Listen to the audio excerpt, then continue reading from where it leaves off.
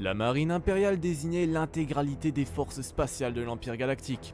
Elle fut créée en 19 avant bataille de Yavin, en même temps que l'Empire de Palpatine, à partir de la marine républicaine.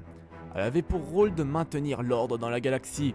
Elle regroupait ainsi tous les officiers navals impériaux et les pilotes impériaux comme les pilotes de Tile, ainsi que tous leurs vaisseaux allant du destroyer stellaire aux différents chasseurs de la lignée des Tile. Avant de commencer la vidéo les gars, je voudrais vous informer d'une petite chose. Sachez, je me suis lancé tout récemment sur Twitch. Vous aurez l'occasion de me parler, de me poser des questions et de me voir jouer à différents jeux vidéo. Vous aurez même la possibilité de choisir le jeu de la soirée. Bref, je pense que vous avez compris, j'essaierai un maximum de vous faire participer au stream. Si tout cela vous intéresse, tous les liens sont dans la description. Vous retrouverez tous les horaires des streams directement sur mon Twitch. Donc encore une fois, tweet dans la description. Bref, j'espère vous retrouver très bientôt en live les amis. Mais sur ce, je vous souhaite à tous un très bon visionnage. De toutes les composantes de l'Empire galactique, la marine impériale fut celle qui représenta l'effort financier le plus gigantesque. Et c'est essentiellement pour alimenter cette machine monstrueuse que l'Empire procéda à des pacifications et des conquêtes sans nombre. La flotte impériale est très variée. Les destroyers impériaux sont le symbole de la puissance militaire de l'Empire et sont utilisés principalement pour soumettre les peuples. Ils sont bâtis sur la même base que leurs prédécesseurs de la République, les destroyers de classe Venator. Ils mesurent 1600 mètres de long. Lassés de combattre ces vaisseaux de l'Empire, les peuples acceptent leur venue, tandis que les pirates renoncent à les affronter. Même si l'Alliance rebelle découvre des failles pour les détruire, seuls ces croiseurs les plus imposants sont capables d'y parvenir.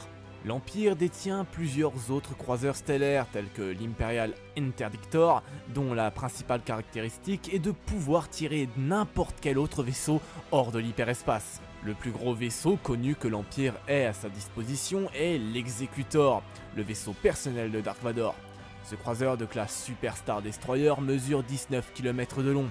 Son commandement revient à l'amiral Ozzel qui dirige l'assaut sur Hoth jusqu'à sa mort des mains de Dark Vador.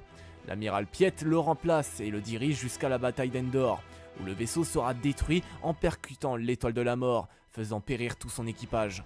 L'Empire utilise également des croiseurs de classe Gozanti. Il sert quant à lui au transport de véhicules légers. La marine pouvait également utiliser des croiseurs de classe Arquitaine. Dans la lignée des Tile, nous retrouvons le très célèbre chasseur Tile, qui deviendra le symbole de la marine impériale. Ce chasseur avait un faible coût de fabrication, ce qui a valu qu'il soit créé en série. Cependant, ce chasseur n'a aucun bouclier, il est donc très facile à détruire en cas de combat direct. L'Empire avait également à sa disposition des bombardiers Tile, capables de faire des dégâts dévastateurs. Sans oublier les intercepteurs Tile, plus rapides et mieux armés que les autres modèles, mesurant près de 10 mètres de long. Ils ont été utilisés notamment lors de la bataille d'Endor. Nous pouvons également citer le Defender Tile équipé de boucliers et d'une propulsion hyperspatiale autonome. Le Grand Inquisiteur se voit doté d'un Tile équipé d'un meilleur armement et d'un moteur plus rapide que les autres. Dark Vador détient lui aussi son propre modèle de chasseur Tile, avec des boucliers intégrés au chasseur et un meilleur armement encore une fois. Pour transporter ces petits véhicules, l'Empire utilise les croiseurs Quasar de classe Fire, qui peut faire également office de base militaire. Des navettes impériales permettent le transport de personnel ou de matériel, et sont parfois employées pour des missions de recherche ou de combat. Voilà, c'est tout pour cette vidéo, j'espère que cela vous aura plu. Il est vrai que je n'ai pas cité tous les vaisseaux de l'Empire dans cette vidéo. Mais des vidéos individuelles seront consacrées à chacun des vaisseaux impériaux. Bref, sur ce, moi je n'ai plus grand chose d'autre à vous dire. Je vous souhaite à tous une très bonne journée ou une très bonne soirée. Et surtout, n'oubliez pas que la force soit avec vous. La bise tout le monde.